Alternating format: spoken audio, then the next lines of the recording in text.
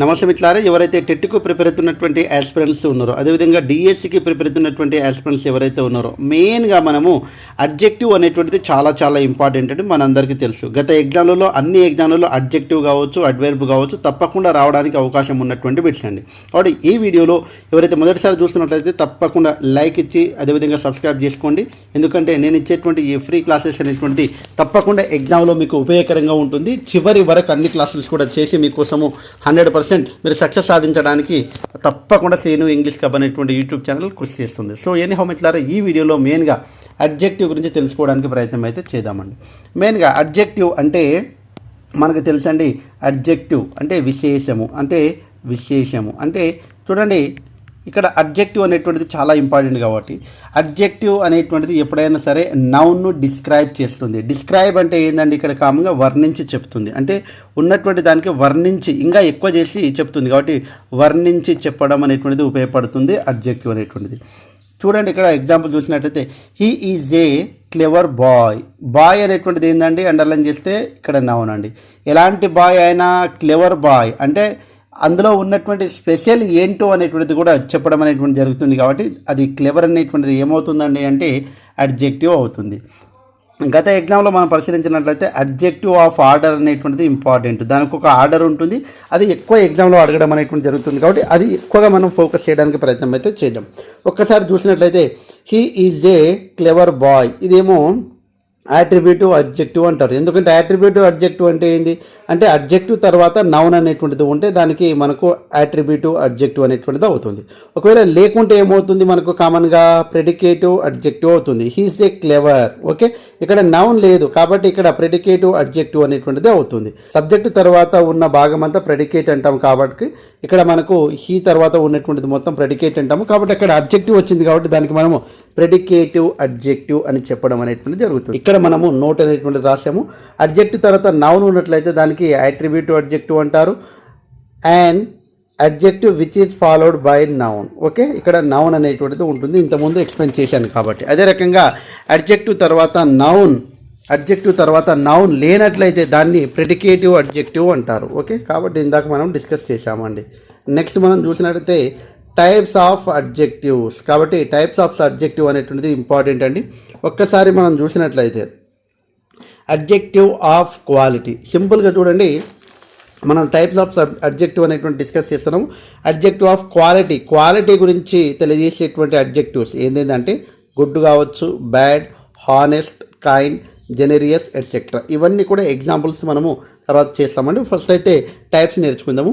Adjective of quantity అనేటువంటిది మనకు తెలుసు.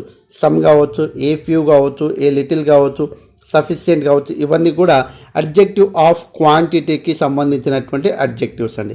తర్వాత డెమాన్స్ట్రేటివ్ అడ్జెక్టివ్. ఇంతకుముందు మనం డెమాన్స్ట్రేటివ్ ప్రొనౌన్ వాడాము, ఇక్కడ డెమాన్స్ట్రేటివ్ అడ్జెక్టివ్ అనేటువంటిది వస్తుంది. కాబట్టి దీనికి దిస్ కావచ్చు, దట్ కావచ్చు, దీస్ కావచ్చు, దోస్ కావచ్చు. వీటి తర్వాత నౌన్ ఉంటేనే ఇవి అడ్జెక్ట్గా పనిచేయడం అనేటువంటి జరుగుతుంది, మనకు తెలుసండి. ఎగ్జాంపుల్ చూసినట్లయితే ఈజీగా ఐ వాంట్ దిస్ బుక్. ఇక్కడ దిస్ అనేటువంటిది కామన్గా ఏమవుతుందండి అంటే దీని తర్వాత నౌన్ ఉంది కాబట్టి ఈ దిస్ అనేటువంటిది మనకు అడ్జెక్టివ్గా పనిచేస్తుంది. అది అడ్జెక్టివ్గా పనిచేయదండి, అది ప్రొనౌన్గా పనిచేస్తుందని గతంలో మన ప్రొనౌన్లో చెప్పుకోవడం అనేటువంటిది జరిగింది.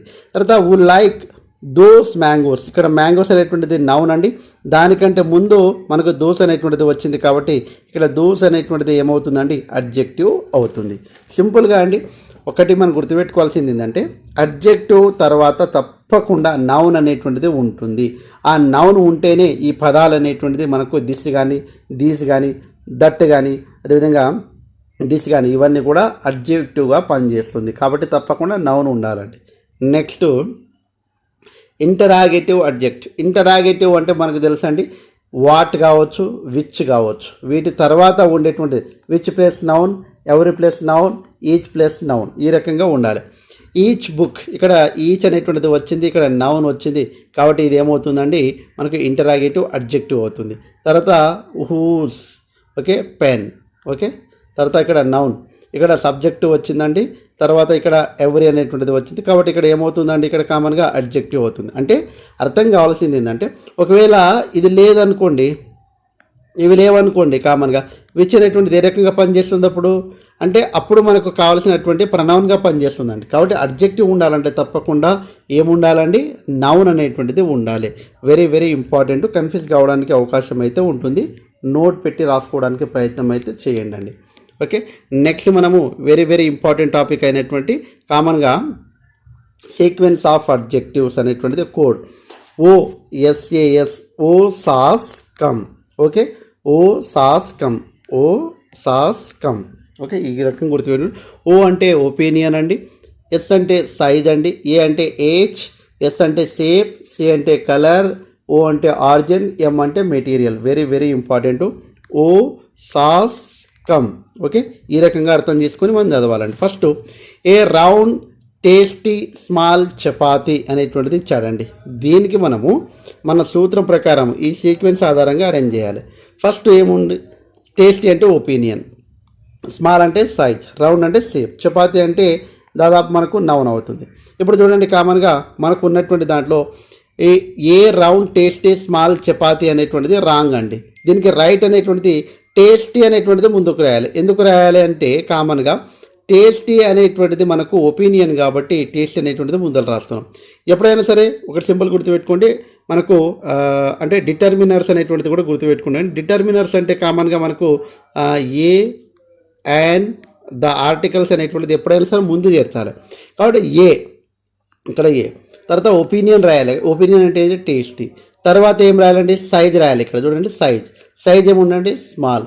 తర్వాత ఏం రాయాలండి, ఏజ్ లేదు ఇక్కడ. తర్వాత ఏం రాయాలండి, షేప్ ఉంది. ఇక్కడ షేప్ కూడా ఉంది కాబట్టి ఇక్కడ రౌండ్ అనేటువంటిది ఉంది, ఇక్కడ రౌండ్ అనేటువంటిది రాశాను. తర్వాత ఏం చేస్తామండి, ఇంకా కలర్ లేదు, ఆరిజిన్ లేదు, మెటీరియల్ లేదు.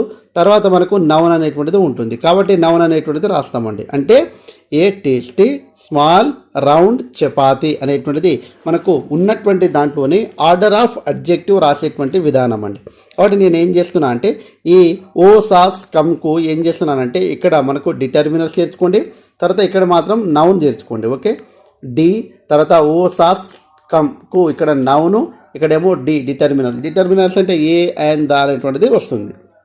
నెక్స్ట్ సెకండ్ ఎగ్జాంపుల్ చూసినట్లయితే ఏ వైట్ ఆఫ్రికన్ ఓల్డ్ ఎలిఫెంట్. ఇది రాంగ్ అండి. రైట్ చేయాలంటే ఏం చేయాలి, ఫస్ట్ మనము డిటర్మినర్స్ అంటే ఏ రాయాలి కాబట్టి ఏ రాశాను. తర్వాత ఒపీనియన్ లేదండి, సైజ్ ఉందండి. ఇక్కడ సైజ్ అనేటువంటిది ఇక్కడ బిగ్ అనేటువంటిది ఉంది కాబట్టి ఆ బిగ్ అనేటువంటిది రాశాను. తర్వాత ఏజ్ అనేటువంటిది ఉంది, ఏజ్ అనేటువంటిది ఓల్డ్ అనేటువంటిది ఏజ్ అండి, ఏజ్ రాశాను. తర్వాత మనకు షేప్ ఉందా లేదు. తర్వాత ఏముండాలంటే కలర్, కలర్ కాబట్టి ఇక్కడ వైట్ రాశాను. తర్వాత ఏముందండి ఆరిజిన్, ఆరిజిన్ అంటే ఆఫ్రికన్. ఓకే, ఆఫ్రికన్ రాశాను.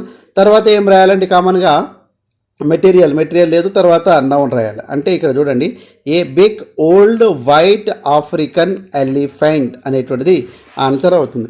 సీక్వెన్స్ అనేటువంటిది ఇంపార్టెంట్. ఈ సీక్వెన్స్ అనేటువంటిది ఓ సాస్ కమ్, దీనికి ముందు డి, దీని తర్వాత ఎన్ అనేటువంటిది గుర్తుపెట్టుకోవాలి. తర్వాత ఏ వుడెన్ స్క్వేర్ లార్జ్ టేబుల్, తర్వాత ఏ నైస్ సిల్క్ శారీ అనేటువంటిది 8th క్లాస్లో ఫస్ట్ యూనిట్లోనే ఇది ఆర్డర్ ఆఫ్ అడ్జెక్టివ్ అనేటువంటిది ఇవ్వడం అనేటువంటిది జరిగిందండి. కాబట్టి చాలా చాలా ఇంపార్టెంట్.